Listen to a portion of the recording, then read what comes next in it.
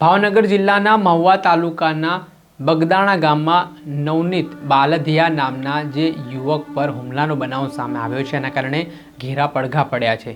ત્યારે વધુ એકવાર નવનીતભાઈએ મોટો ધડાકો કર્યો છે અને જે પોલીસ તપાસને લઈને તેમણે સવાલ ઉઠાવ્યા છે અને કહ્યું છે કે હું જે મુજબ ફરિયાદ નોંધવા માંગતો હતો, જે લોકો આમાં સંડોવાયેલા છે તેમનું નામ પોલીસ દ્વારા નોંધવામાં નથી આવ્યા। આ ઘટનામાં ત્યાંના પોલીસ ઇન્સ્પેક્ટરને ફરજ પર જે ફરિયાદી આરોપ કર્યા છે તે બાદ તેમની બદલી પણ કરી દેવામાં આવી છે। ત્યારે શું આક્ષેપ કરી રહ્યા છે નવનીતભાઈ, વિગતે વાત કરીએ।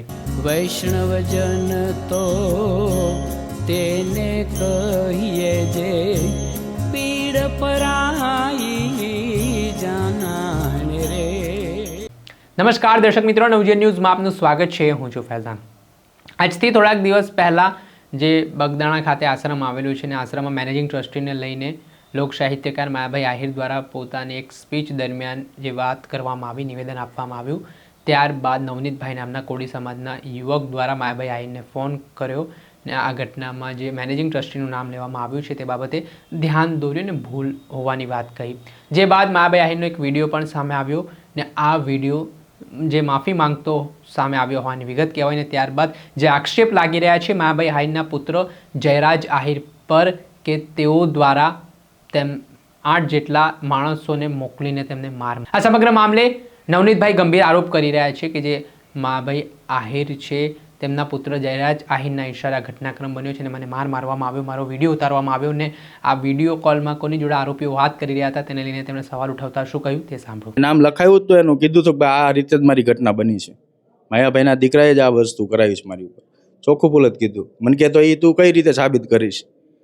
તમારે ગોતવાનું હોય ને, અને જો એ આરોપીઓ છે એ વિડીયો કોલમાં અથવા કોલમાં એની તપાસ કરે ને કોની હારે વાત કરે છે, છાલુમાં કોને બતાવે છે, એ લોકો કોઈને તો બતાવે જ છે। મને જે મારે છે એનો વિડીયો વાયરલ થયેલો છે, વિડીયોની અંદર ચોખ્ખું દેખાય જ છે કે આ કોને બતાવે છે, એની તપાસ એ ટાઈમની કરે ને, એ લોકો દ્વારા જ ઉતારવામાં આવ્યો છે કે કોઈને મને મારીને બતાવે છે, એ લોકો તો એ કોને બતાવે છે એની પોલીસ તપાસ કરે। બધી માયાભાઈને ત્યાં જમવા જાય છે ને, મોટા માણસો રહ્યા પૈસાવાળા, એટલે બધા પ્રોગ્રામ પાર્ટી ત્યાં થાય જ છે।